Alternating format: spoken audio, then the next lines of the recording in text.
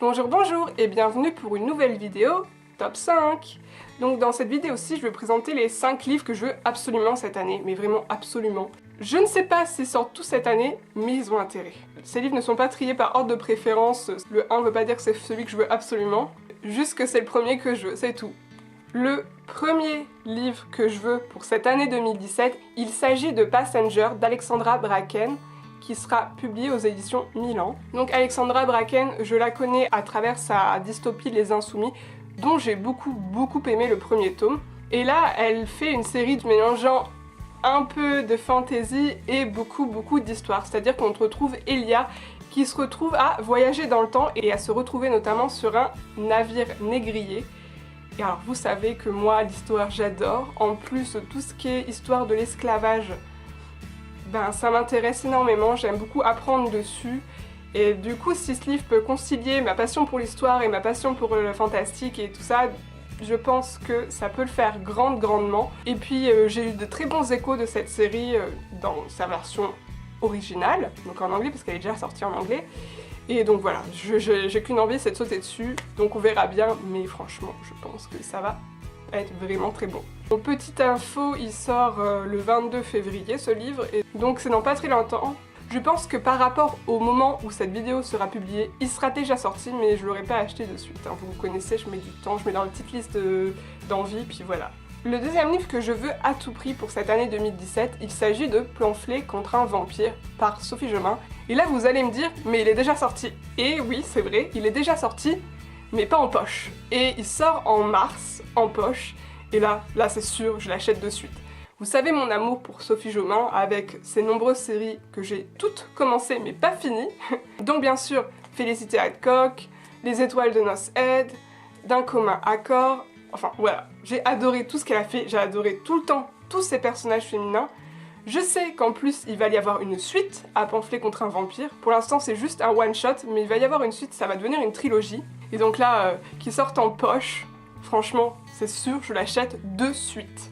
De suite. Donc dans cette histoire-ci, on retrouve une jeune fille qui en a ras-le-bol du phénomène vampire. Du coup, un jour, elle écrit un pamphlet contre un vampire. Sauf qu'un jour, un vrai vampire va se ramener et va essayer de lui prouver le contraire. Donc je crois que c'est à peu près ça l'histoire. Je vous la fais de tête, de ce que je me souviens du résumé. Mais franchement, c'est sûr qu'avec Sophie Jomain et des vampires, je vais être au top. Top. Donc le troisième livre que je vais vous présenter, il s'agit d'un livre que j'attends depuis tellement longtemps. En fait, il est sorti en anglais et je me tâtais vraiment à le prendre en anglais parce que, en fait, il a l'air juste trop bien, les échos sont trop bien. Et là, j'ai vu l'autre jour qu'il sortait en français, en plus bientôt puisqu'il sort le 9 février. Donc au moment où cette vidéo sera postée, il sera déjà sorti depuis 2-3 semaines. Donc il s'agit d'un palais d'épines et de roses de Sarah J. Maas. Dans sa version anglaise, il s'appelle A Court of Thorns and Roses.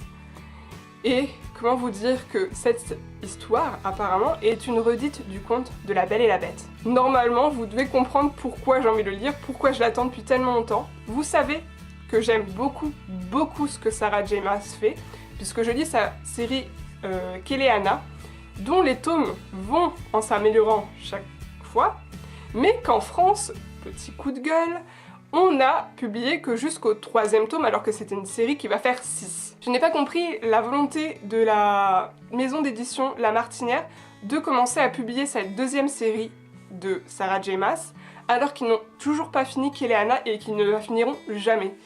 Donc voilà, c'est mon petit coup de gueule, je suis très contente qu'ils sortent, mais honnêtement, s'il vous plaît, publiez les autres tomes de Kéléana. Donc, quand j'ai pensé à faire cette vidéo, je me suis dit top 5 parce que ça va toujours pas 5. J'ai eu du mal à trouver le 5e livre, honnêtement. Je ne savais pas quel autre livre je voulais absolument cette année. Et en fait, en parcourant les futures parutions, je me suis rendu compte qu'il y avait un livre que je voulais vraiment lire. Et comme Pamphlet contre un vampire était déjà sorti, mais pas au format poche. Donc il s'agit du premier tome de La Voix des Oracles, Tia, écrit par Estelle Fay, je ne sais pas comment ça se prononce, et qui sera publié chez Folio. Et là j'ai envie juste de dire la couverture quoi. Elle est magnifique, mais vraiment magnifique. Donc dans cette histoire-ci on se retrouve dans l'Empire romain Et une jeune fille qui est oracle doit à tout prix se cacher parce qu'elle est martyrisée. Elle pourrait être persécutée, voire tuée. Et du coup, elle va se réfugier en Gaule. Hélène de la chaîne Hélène Petit Elfe avait beaucoup aimé ce roman. Elle aussi aime beaucoup tout ce qui mélange histoire et un peu de fantaisie. Et c'est ce qu'on a dans celui-ci. Apparemment, il est de qualité. C'est un roman français, donc autant promouvoir nos auteurs français. Et du coup, comme pour Passengers, on mélange et du fantastique et de l'historique, mais sauf qu'on reste là par contre dans un contexte totalement historique parce qu'on ne sort plus de l'époque romaine, on en reste. Et du coup ça me tente vraiment. Il était déjà dans ma wishlist en grand et là je l'ai vu qu'il allait sortir en petit et c'est sûr, comme pour Pamphlet contre un vampire, je vais me ruer dessus et franchement sans arrière-pensée. Et enfin, le dernier tome que je veux à tout prix pour cette année. Et là, en fait, c'est plutôt un souhait que je voudrais qu'il sorte cette année. Je ne sais pas quand il sortira, il n'y a rien qui est prévu. Alors peut-être, et là je croise les doigts, il sortira en fin d'année 2017. Je l'espère vraiment. Il s'agit de ma série coup de cœur depuis maintenant plus d'1 an. Il s'agit bien sûr de La Passe Miroir de Christelle Dabos, dont voici le premier tome, Les Fiancées de l'hiver. Comment dire que cette série, je l'adore, mais franchement je l'adore.